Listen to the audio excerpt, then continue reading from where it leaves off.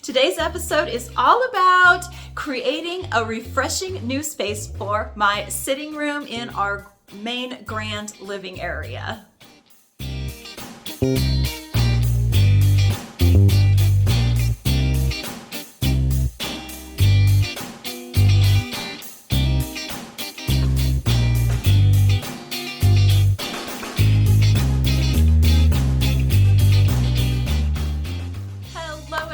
Welcome back to my channel. It is so good to see you all, and I am so excited that you're here today. I am looking forward to sharing today's project with y'all. This is something I've been wanting to do for quite some time. Today we are going to be creating some brand new coffee tables for the sitting area in our grand room.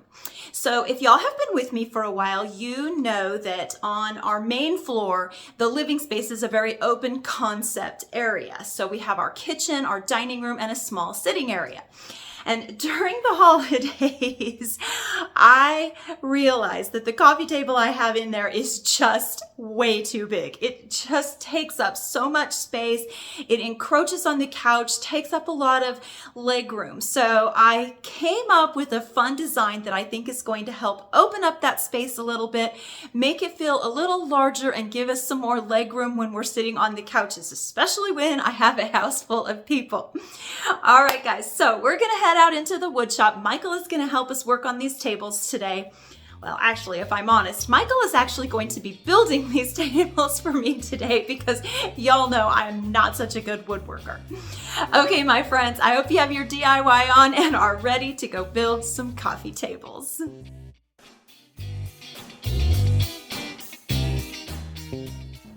So the very first thing that we need to do to get started on our project today is cut down some big sheets of plywood.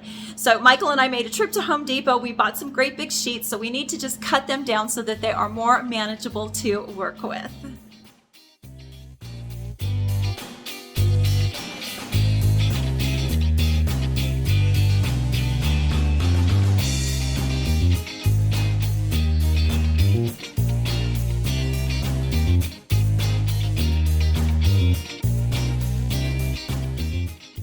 Alrighty, y'all, so now we have all of our plywood pieces cut down to more manageable sizes to work with. So what we're going to do now is we are going to glue a whole bunch of these pieces together because I want my coffee tables to be really thick. We're making them 3 inches thick. So that's the next step on our agenda here, is to start gluing all these pieces together.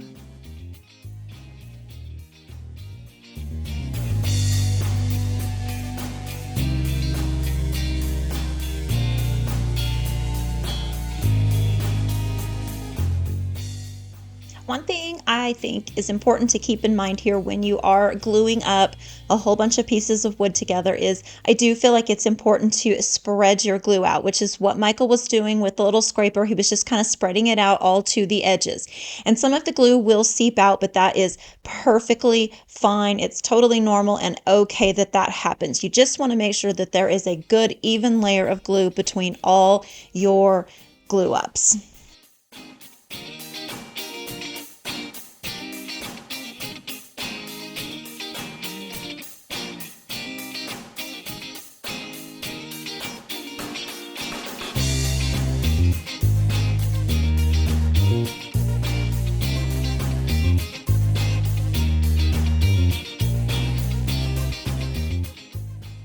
To ensure that we get a nice strong bond and good even coverage and that all of our boards are well held together, we do come in after all the glue has been set and clamp everything down nice and tightly. And then we let the glue set up for about 24 hours.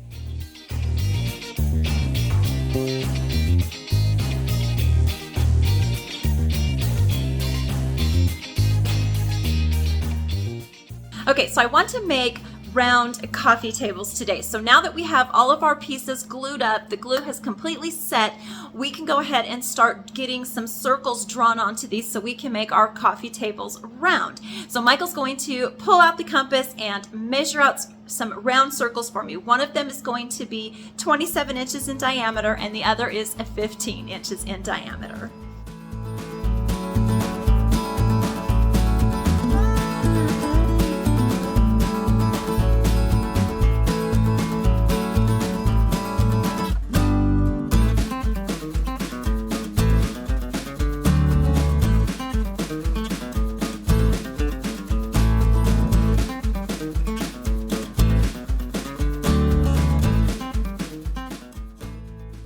finding center on a square piece of wood is so much easier than finding center on wood rounds. All you do is set your ruler from corner to corner and then mark the center, and that will give you your center point, and that's when we can go ahead and come in and draw our circumference based off of the center of our square piece of wood here. I hope that made sense.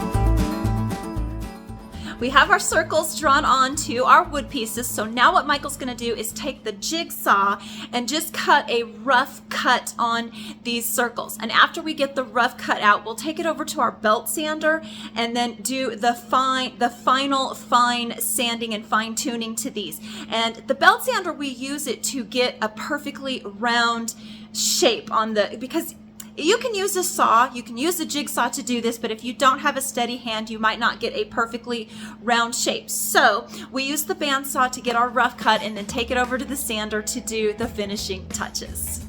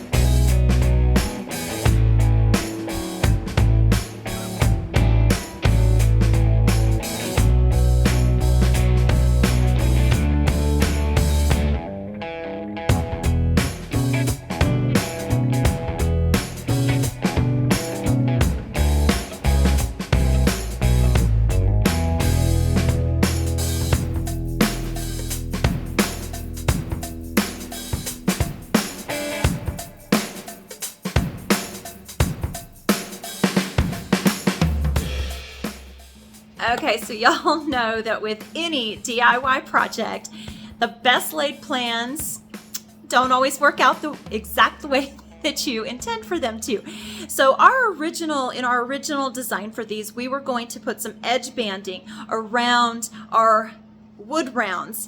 However, because like I said before, if you cut with a jigsaw or a bandsaw and you don't get a perfect cut, there might be a little bit of wavy in there.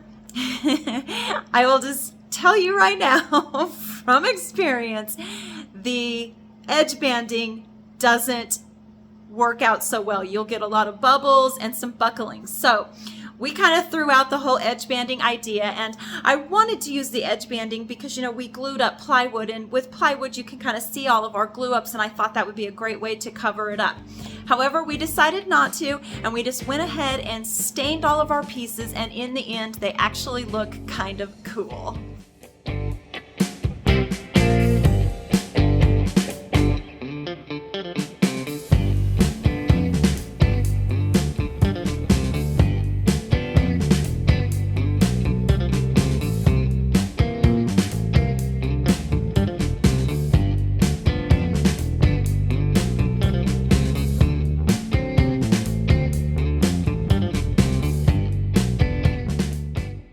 Before we stained all of our pieces here, we did go ahead and pre-measure everything for the legs so that we could get perfect center on our wood round and then measure out from there so that we would know exactly where we wanted to set our legs. And on the big 27-inch round, we set the legs 8 inches in from the edge, and on the 15-inch we set them 3.5 inches in from the edge. Okay, so because I did not want Michael to get stuck doing all the work on these, I'm going to go ahead and screw the legs onto our tables, or attach the legs on. So this is going to be the final step, and I'm so excited because you just get that giddy feeling of, oh my gosh, once the leg's on, this project is complete. And then we get to move on to the fun stuff, take them in the house and style them in our sitting space.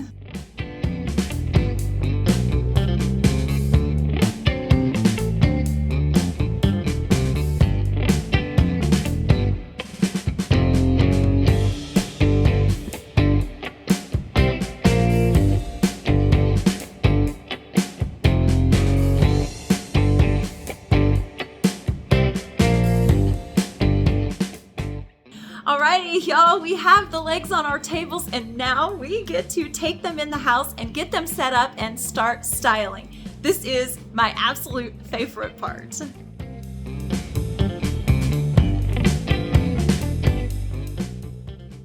Okay, y'all, so here we have the tables all set in the sitting area, and I am really loving them, y'all. I do feel like it gave this area so much more space, and the tables don't feel like they're encroaching on the couch like the big rectangular one did. So now we can go ahead and style, and anytime I'm styling, I just play, have fun, shift things around, move things around until I feel like I've got the placement just right. And in the end, it usually works out. I did decide to keep all the decor on these tables very simple and minimal for the winter season.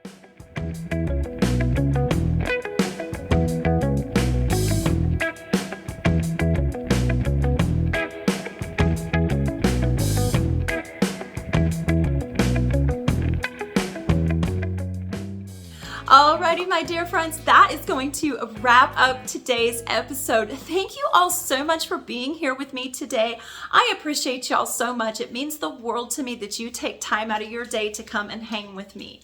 I hope y'all enjoyed today's episode and that I have somehow inspired you to get your DIY on and do some creating of your own. And if you have a space that needs refreshed, maybe these coffee tables are just what you were looking for.